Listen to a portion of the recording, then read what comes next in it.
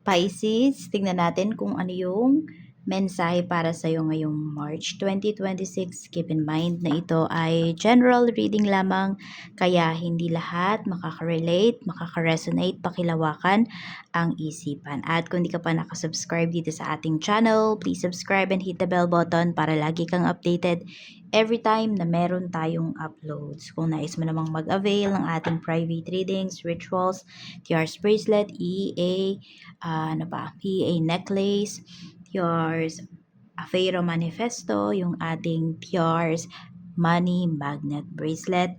Mag-mensahe ka lang. Open tayo for local and international shipping. Nandiyan din pala yung WhatsApp number ko. Nasa description box yun. Tignan natin overall energy para sa'yo, Pisces. We have volatility. So, kontrolin nyo yung inyong emosyon. Or maybe you need to release it somehow kasi pwedeng sumabog na lang kayo dito. Kapag, alam mo yan, parang mapupuno ka talaga. Pisces. Kaya, ayun. O, pwede rin, wag nyo masyado namang pigilan yung nararamdaman ninyo from time to time talaga is i-release nyo yan. O, baka kailangan nyo na makakausap. Kailangan nyo ng me time. Go. Kamusta yung overall energy, emotional health mo, kamusta?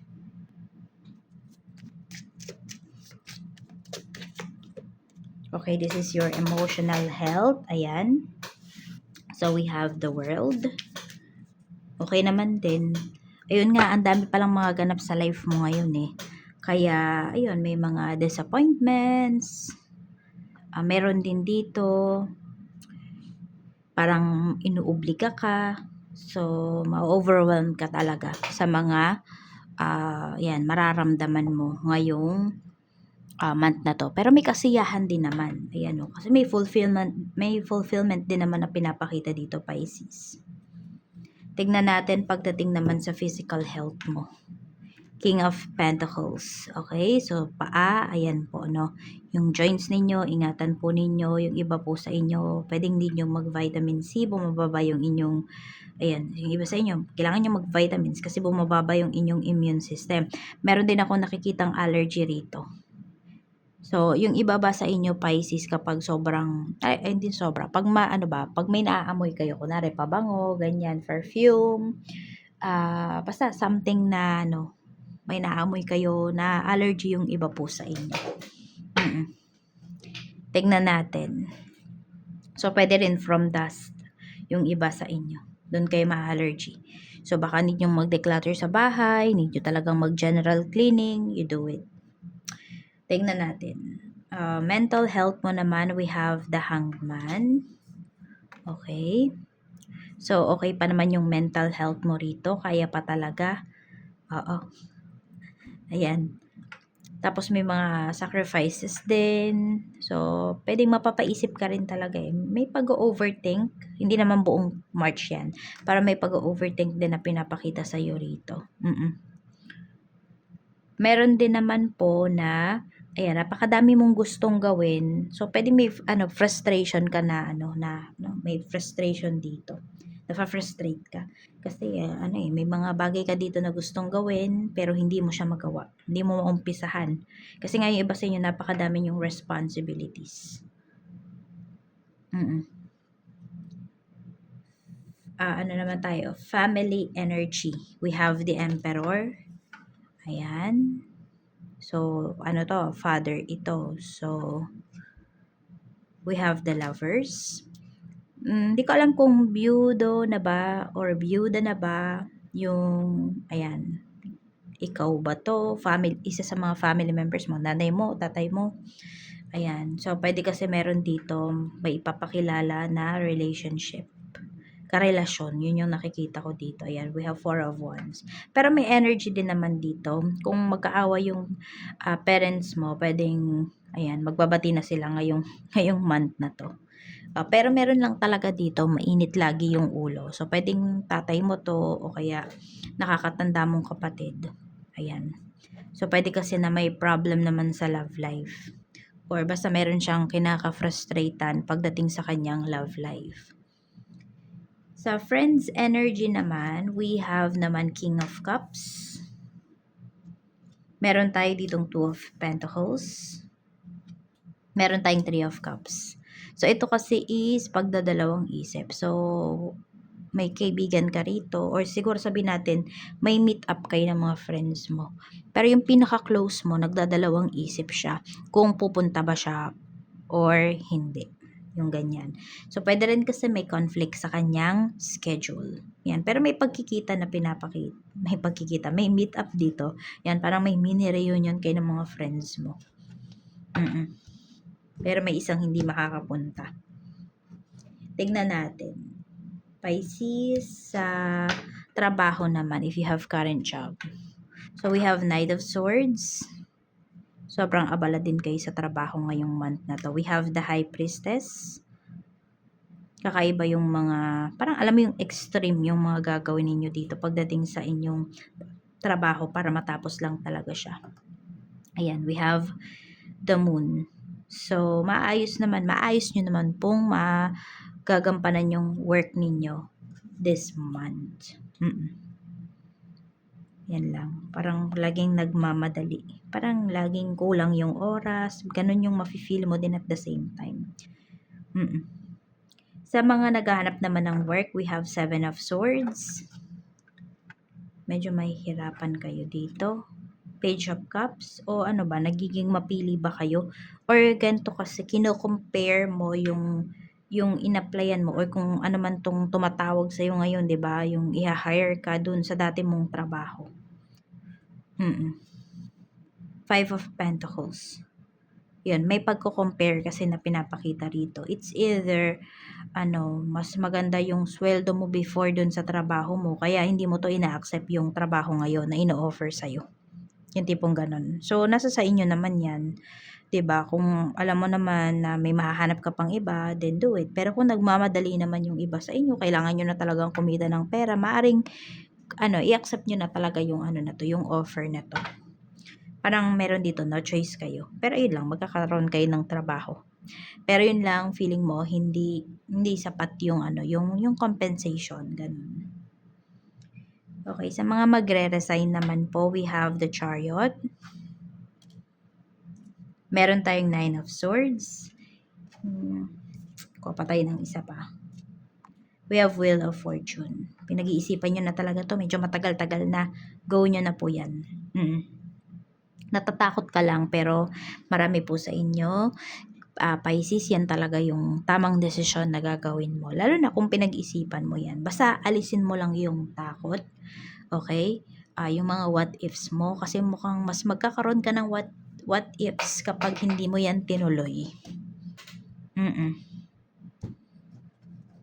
Sabihin natin, papalipasin mo na naman yung year na to bago ka magdesisyon.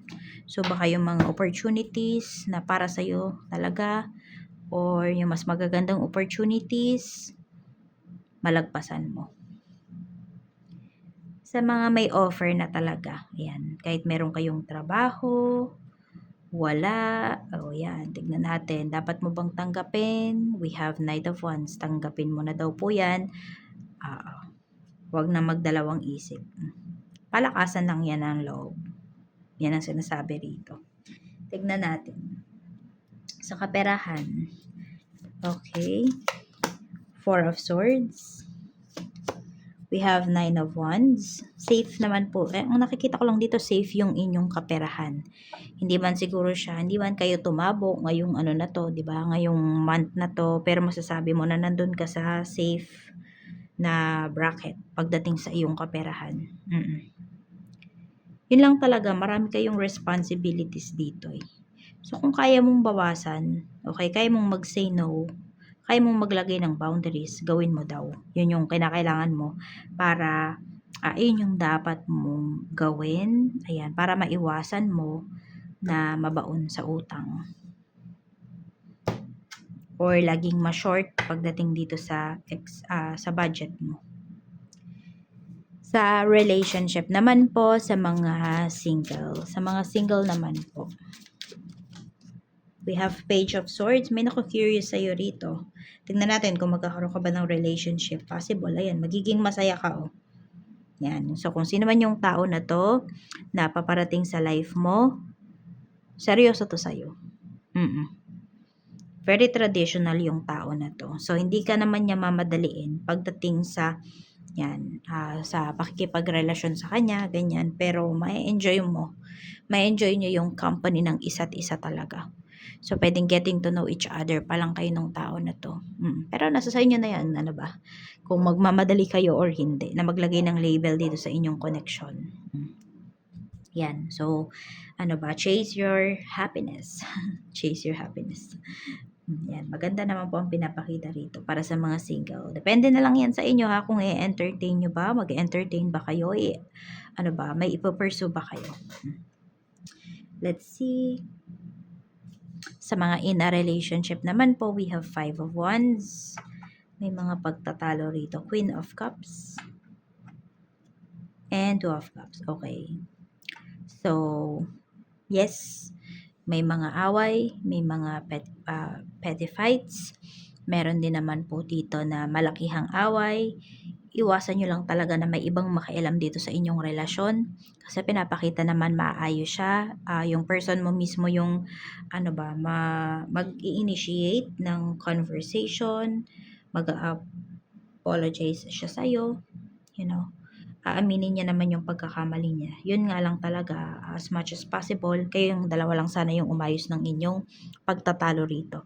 Mas magiging magulo kasi pagka dumami din yung nakakaalam at dumami yung nakikialam talaga dito sa inyong problem. Tingnan natin.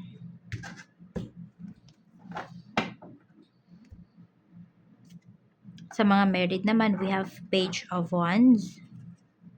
Temperance. So, may sakit po ba? Meron dito may sakit yung anak nyo. 2 of Wands. Ayan. Meron dito pa ulit-ulit na nagkakasakit. Tignan nyo rin. More on anak kasi yung pinapakita rito. So, pwedeng malayo kasi yung asawa mo. Pisces. So, yun. May nag-aalala po talaga rito. Tignan natin kung meron ba dyan sa bahay. May negative energy ba dyan sa bahay nyo? 6 of Pentacles. Mukhang need nyong mag-alay. Queen of Wands, babae. May bantay kasi. Pero meron dito, oo. Hindi. Meron talagang bantay sa bahay mo. Pisces, babae. Pero meron din kasi mga Hindi ko alam kung may portal dyan sa bahay nyo. May nagiging portal. Kaya, ayun, need nyong mag-alay. Kung napapansin nyo, laging nagkakasakit yung anak ninyo or isa sa mga family members po ninyo, ayun. Pwede rin, magpatawas yung iba sa inyo. Depende na lang kung ano yung paniniwala ninyo. Or baka naman mamaya, need nyo lang mag-general cleaning kasi madami palang alikabok. Or baka may molds, pwede rin. So, tignan nyo rin yun ha. Ayan, kung nagawa nyo na, tinignan nyo, wala namang molds, black molds sa bahay ninyo. Malinis naman, lagi naman kayo naglilinis. So, baka nga po, ayun, may bad entity sa bahay po ninyo. Ayun lang, so pwedeng kahit lumalabas, ito yung lagi nyong pinag-aawayan. Baka sinasabi ng asawa mo, hindi mo naaalagaan yung mga anak nyo, kaya laging nagkakasakit, yung tipong ganon. So, pwedeng ayun, may problem nga rito in terms of money, kasi meron ngang laging nagkakasakit. So, baka yan yun. Yan yung problem ninyo ng asawa mo. So, ayan lang po yung mensahe. Pisces, maraming salamat. Mag-iingat ka. More blessings to come. And see you again on my next video. Bye!